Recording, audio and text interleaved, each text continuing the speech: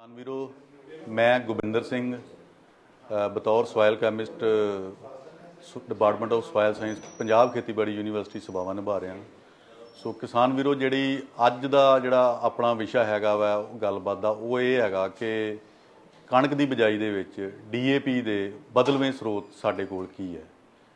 जिस तरह के साडे कोल पिछों कुछ समय आ रहे हैं कि किसान वीर थोड़े चिंतित है, थोड़ी जी उन्होंने चिंता कि DAP की जी सानू नहीं मिल रही। सो चिंता वाली किसान वीरों मैं तुहानू दस दिना कि कोई गल नहीं, साडे कोल DAP के होर बहुत स्रोत है। सब तो पहला गल करिए कि DAP आपां खाद अपनी जिहड़ी कि आउण वाली फसल है, जिहड़ी कि कणक है हाड़ी दी, उहनूं क्यों पाउने हैं। ये DAP खाद दे विच मुख तौर पर दो जिहड़े है साडे कोल तत्त हुंदे है, नाइट्रोजन ते फास्फोरस। DAP खाद दे विच 46% जिहड़ा फास्फोरस तत्त हुंदा वा। इस करके जिहड़े किसान वीर है इहनूं पाउंदे आ, और जदों असीं बिजाई करदे हैं ते नाल दी नाल ही ये नाइट्रोजन तत्त दिंदी है, जिस दे नाल कि सानूं पहले पानी तक जिहड़ी कणक दे विच यूरिया खाद की जरूरत नहीं पैंदी। सो इस करके किसानां दी जिहड़ी फास्फोरस वाली खाद है DAP पहले नंबर ते सीगी। लेकिन होर भी खादां हैगियां जिहड़े कि आपां DAP दे विकल्प दे तौर ते वरत सकदे हां। उन्हां दे विच मुੱਖ तौर ते जिहड़ियां मार्केट दे विच खादां जिहड़ियां अवेलेबल हैगियां वा वो हैगियां वा NPK 12-32-16।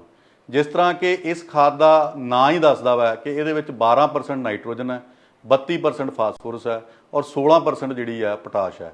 जे असी एक बैग DAP के बदले 1.5 बैग NPK 12-32-16 का पा दिंदे हैं तो सानू फास्फोरस तत्त की जिहड़ी पूर्ति जिहड़ी कणक च वो कर दिंदी है, और नाल दी नाल ही ये सानू पोटाश तत्त भी दे दिंदी है जिहड़ा कि इहदा बैनीफिट है। इस तो इलावा जिहड़ी दूजी खाद है जिहड़ा साडे कोल विकल्प हैगा वा वो उही जिहड़ी किसान वीरां दी पुरानी खाद है सिंगल सुपर फास्फेट है, जिहड़ी कि पहलां किसान वीर बहुत वरतदे रहे हैं। सिंगल सुपर फास्फेट की गल करिए तो इहदे विच 16% जिहड़ा वा वो फास्फोरस तत्त है। तो जे आपां एक बैग DAP के बदले 3 बैग सिंगल सुपर फास्फेट के पा दिंदे हैं तो साडी जिहड़ी फास्फोरस की तत्त मात्रा वो पूरी हो जाती है। और इस दे नाल ही इहदे विच 12% सल्फर जिहड़ा तत्त है वो मिल जाता, गंधक तत्त मिल जाता वा। और जे इस तरह 3 बैग दे नाल सानू लगभग 18 किलो गंधक मिल जाती है, जिहड़ा कि सानू एक DAP नालों एक वखरा फायदा है। इस तो इलावा एक होर खाद नवीं आई है, ट्रिपल सुपर फास्फेट है। ये नवीं खाद है, किसान वीर पहली बारी वरत रहे हैं, और ये खाद दे विच 46% जिहड़ा वा फास्फोरस है, उन्ना ही फास्फोरस का तत्त है जिन्ना कि DAP दे विच है। जे किसी किसान वीर नूं ट्रिपल सुपर फास्फेट वरतनी है तो वह एक बैग DAP के बदले एक बैग ट्रिपल सुपर फास्फेट वरत के जिहड़ी फास्फोरस तत्त की मात्रा वो पूरी कर सकदा। इस तो इलावा मार्केट दे विच होर भी फास्फोरस वालियां खादां पईयां ने, जिवें कि एक NPK 10-26-26 है। जे किसी किसान वीर कोल NPK 10-26-26 मिल रही है तो वह लगभग 2.25 बैग जिहड़े है 10-26-26 दे पा के वो एक बैग DAP के बराबर जिहड़ी फास्फोरस तत्त की उहदी पूर्ति कर सकदा। सो मेरी अपील है किसान वीरां नूं कि चिंता नहीं करनी, अपने को विकल्प बहुत है, और मार्केट दे विच जिहड़ियां मैं तुहानूं खादां दस्सियां विकल्प ये सारे मिल रहे हैं।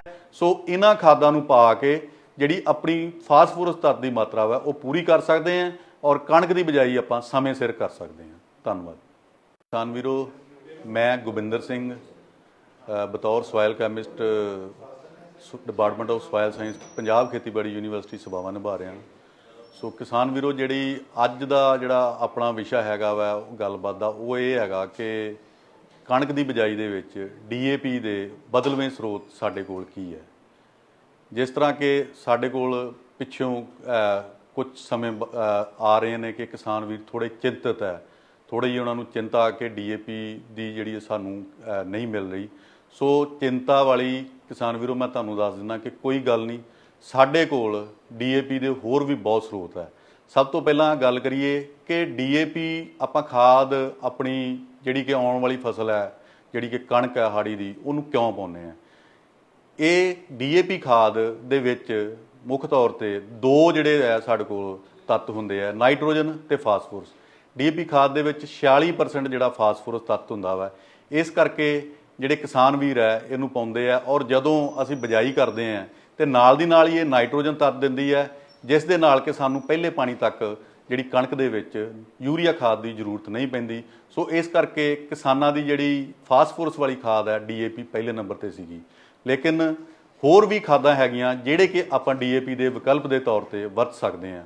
ਉਹਨਾਂ ਦੇ ਵਿੱਚ ਮੁੱਖ ਤੌਰ ਤੇ ਜਿਹੜੀਆਂ ਮਾਰਕੀਟ ਦੇ ਵਿੱਚ ਖਾਦਾਂ ਜਿਹੜੀਆਂ ਅਵੇਲੇਬਲ ਹੈਗੀਆਂ ਵਾ ਉਹ ਹੈਗੀਆਂ ਵਾ NPK 12-32-16। ਜਿਸ ਤਰ੍ਹਾਂ ਕਿ ਇਸ ਖਾਦ ਦਾ ਨਾਂ ਹੀ ਦੱਸਦਾ ਵਾ ਕਿ ਇਹਦੇ ਵਿੱਚ 12% ਨਾਈਟ੍ਰੋਜਨ ਹੈ, 32% ਫਾਸਫੋਰਸ ਹੈ ਔਰ 16% ਜਿਹੜੀ ਹੈ ਪੋਟਾਸ਼ ਹੈ। ਜੇ ਅਸੀਂ ਇੱਕ ਬੈਗ ਡੀਏਪੀ ਦੇ ਬਦਲੇ 1.5 ਬੈਗ NPK 12-32-16 ਦਾ ਪਾ ਦਿੰਦੇ ਆ ਤੇ ਸਾਨੂੰ ਫਾਸਫੋਰਸ ਤੱਤ ਦੀ ਜਿਹੜੀ ਪੂਰਤੀ ਜਿਹੜੀ ਕਣਕ 'ਚ ਉਹ ਕਰ ਦਿੰਦੀ ਹੈ ਔਰ ਨਾਲ ਦੀ ਨਾਲ ਹੀ ਇਹ ਸਾਨੂੰ ਪੋਟਾਸ਼ ਤੱਤ ਵੀ ਦੇ ਦਿੰਦੀ ਹੈ ਜਿਹੜਾ ਕਿ ਇਹਦਾ ਬੈਨੀਫਿਟ ਹੈ।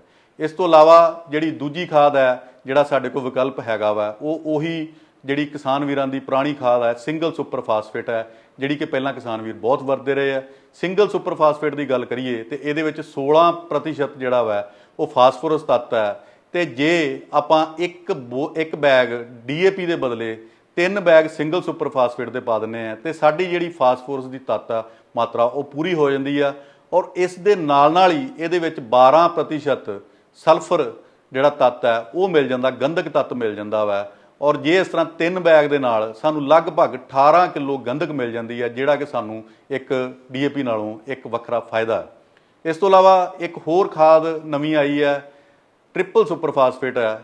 ਇਹ ਨਵੀਂ ਖਾਦ ਹੈ, ਕਿਸਾਨ ਵੀਰ ਪਹਿਲੀ ਵਾਰੀ ਵਰਤ ਰਹੇ ਆ ਔਰ ਇਹ ਖਾਦ ਦੇ ਵਿੱਚ 46% ਜਿਹੜਾ ਵਾ ਫਾਸਫੋਰਸ ਹੈ, ਉਨਾ ਹੀ ਫਾਸਫੋਰਸ ਦਾ ਤੱਤ ਹੈ ਜਿੰਨਾ ਕਿ ਡੀਏਪੀ ਦੇ ਵਿੱਚ ਹੈ।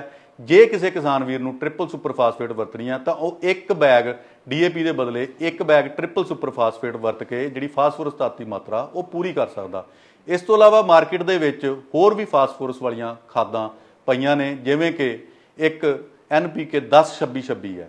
ਜੇ ਕਿਸੇ ਕਿਸਾਨ ਵੀਰ ਕੋਲ NPK 10-26-26 ਮਿਲ ਰਹੀ ਹੈ ਤੇ ਉਹ